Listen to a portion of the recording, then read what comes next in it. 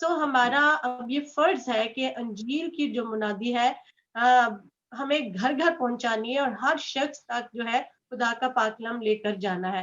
اور میں یا سمجھتی ہوں کہ ہم پہلے ہی بہت لیٹ ہیں اور فصل تو بہت ہے لیکن مزدور تھوڑے ہیں جو پورے پیشن کے ساتھ خدا کی روحوں کو بچانے کا برڈن اپنے دل میں رکھتے ہیں. تو اس لیے میں یہ چاہتی ہوں کہ جس طرح کا میرا ویژن ہے وہ ہر ایک مسیحی کا ہو کہ کم سے کم ایک روح جو ہے ہمارے وسیلہ سے خدا کی بادشاہی میں داخل ہونی چاہیے. بہت سارا ڈھیر سارا کام نہیں لیکن میں کہتی ہوں اگر ہم کام کر رہے ہیں اور ہمارے کام کے وسیلہ سے اگر ایک روح بھی بچتی ہے تو ہماری زندگی کا مقصد پورا ہو جاتا ہے. ہاللویا. تو آج جو ہم نے سلسلہ جو شروع کیا ہوا ہے میں تو کہتا ہوں کہ یہ ایک ایجوکیشن انسٹیٹیوشن ہے اور بہت سارے بہن بھی کہتے ہیں کہ جی آپ وہ گیت وغیرہ بہت کم چلاتے ہیں. تو بہنوں بھائیوں گیتوں کے لیے جو یوٹیوب ہے اور باقی جو مادھم ہے ان سے بھی آپ استفادہ حاصل کر سکتے ہیں. میں اس کے خلاف نہیں ہوں لیکن ابھی گیتوں سے آگے میں بڑھنے کی ضرورت ہے. ہمیں اب دودھ سے جو ہے نا سخت غذا پر آنے کی ضرورت ہے. تو یہ جو ایک انسٹیٹیوشن ہے اور میں نے یہ عرض کی تھی اپنے دوستوں سے کہ ابھی پچھلے دنوں ڈاکٹر مقصود کامل صاحب نے سنڈے کو بڑا اچھا میسج دیا اور آج میری صبح خالد صاحب سے بات ہو رہی تھی پی ایم اے چینل کے. تو وہ بھی میرے بڑے اچھے دوست ہیں, بھائی ہیں. تو ہم سب مل کر کام کر رہے ہیں اور ہم یہ چاہتے ہیں کہ خداوند کا پاک کلام لوگ سیکھیں کیونکہ کلام میں زندگی ہے. اور ہم یہ چاہتے ہیں کہ آپ اپنی ویڈیوز جو ہیں ان کو ریکارڈ کروائیں تاکہ ہم اپنی ویب سائٹ پر ان کو ڈالیں. اور جیسے ایک لائبریری ہوتی ہے تو یہ ایک ڈیجیٹل لائبریری ہوگی جس میں ابھی پچھلے دنوں آپ نے خواتین کے بارے میں جو ویڈیو جو ریکارڈ کروائیں میسیجز جو دیے تو وہ ایک شبانہ ہماری ویڈیو جو ہے وہ ایک لائبریری بن گئی ہے. اگر کسی کو رود کے بارے میں سیکھنا ہے, آستر کے بارے میں سیکھنا ہے, مریم کے بارے میں سیکھنا ہے تو آپ نے بڑی ایک خوبصورت ٹیچنگ جو ہے وہ دی ہوئی ہے. تمہاری بیٹیاں جو ہیں, بہنیں جو ہیں اس سے استفادہ حاصل کر سکتی ہیں. ان دا سیم وے میں ابھی ریولیشن کی جیسے سٹڈی دے رہا ہوں. پادری مقصود صاحب نے راست بازی کے بارے میں بڑا خوبصورت پیغام دیا سنڈے کو. تو یہ ایک گلدستہ ہے اور میں وقت ضائع کیے بغیر صرف یہ آج تھوڑا سا میرا ایک بول تھا کہ میں شیئر کروں اپنے بہنوں بھائیوں سے کہ جو خاص طور پر خدمت میں ہیں, ایونجلسٹ ہیں, پاسٹرز ہیں, کہ come forward and share the word of God through this مادھم. اور آپ آئیں اور ہم سب مل کر خداوند کی خدمت کریں گے اور خداوند کے نام کو جلال دیں گے. تو میں بیٹا آپ کے لیے دعا کرنا چاہتا ہوں, اس کے بعد ہم آگے بڑھیں گے. تو آئیے ہم اپنے سروں کو جھکائیں اور ہم بیٹی شبانہ کے لیے دعا کریں. میں ان تمام بہنوں بھائیوں کا بھی شکر گزار ہوں جو اس وقت فیس بک پر ہمارے ساتھ ہیں. آپ ایک کام کریں کہ اپنے دوستوں کو, عزیزوں کو آپ شیئر کریں یہ لنک جو ہے تاکہ وہ بھی بائبل مقدس کا جو کلام ہے, جو خدا ان کا زندہ کلام ہے, اس کو سیکھ سکیں اور برکت پا سکیں. یہ ایک بہت بڑی خدمت ہے, ایونجلزم ہے. آپ سارا دن ٹیکسٹ کرتے رہتے ہیں, میسیجز کرتے رہتے ہیں, تو ایک چھوٹا سا میسیج جو ہے وہ اپنے دوستوں کو, عزیزوں کریں تاکہ وہ بھی خدا ان کا پاک کلام جو ہے وہ سیکھ سکیں. تو آئیے ہم دعا مانگیں.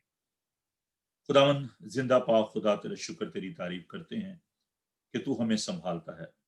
اے پیارے خداوند, ہم تیری بیٹی کے لیے جو تیرے کلام کو لے کر آئی ہے, خداوند تیری خوشخبری کو لے کر آئی ہے, اس کے لیے تیرا شکر کرتے ہیں اور دعا کرتے بھی جب وہ تیرے منہ کی باتیں تیرے لوگ کو پہنچانے کو ہیں خداوند تو نے اپنے پاک روح سے معمور کر ہم سب کو اے خداوند یہ توفیق دے کہ یہ کلام ہماری زندگیوں میں جگہ پکڑے, جڑ پکڑے, بہت سا پھل لائے. پیارے خداوند دعا کرتے ہیں کہ جتنے بھی عزیز بہن بھائی, بیٹے بیٹیاں, بزرگ ہے خداوند بائبل ٹی وی پر اور دوسرے سوشل میڈیا کے ذریعے خداوند اس کلام کو سن رہے ہیں, خداوند تم سب کو بڑی برکت دینا. ہمارے دھیانوں کو, خیالوں کو تو اپنی طرف مائل کر. یسوع کے زندہ, جلالی اور قدرت والے نام میں یہ دعا مانگتے ہیں, آمین. آمین. آمین. جی بیٹا اوور ٹو یو. اب آپ جو بھی آج خداوند نے آپ کو کلام دیا ہے, جو بھی میریکل ہے یا آپ پیرابل ہے اس پہ جو بات کرنا چاہتے ہو تو آپ اس پہ کر سکتے ہیں. تھینک یو بھائی صاحب. اس وقت بائبل ٹی وی گلوبل دیکھنے والوں کو میری طرف سے بہت بہت سلام. اور آج ہم اپنی رہنمائی کے لیے کلام پاک میں سے پڑھیں گے لوکا طبیب کی معرفت لکھا گیا انجیلی بیان, اس کا 17واں باب اور اس کی 11ویں آیت سے 18ویں آیت تک. یہ بہت مشہور یسوع مسیح کا معجزہ ہے اور ہم نے بہت دفعہ اس کے بارے میں مختلف آدمین سے سنا ہے, کنونشنز میں, کروسڈز میں اس کے بارے میں سنا ہے. اور خاص طور پر جب شکر گزاری کی کوئی عبادت ہوتی ہے تو یہ 10 کوڑیوں کی جو مثال ہے وہ ضرور بیان کی جاتی ہے. اور ہم آج اس پروگرام میں بائبل ٹی وی گلوبل کے پلیٹ فارم سے آج ہم خداوند کے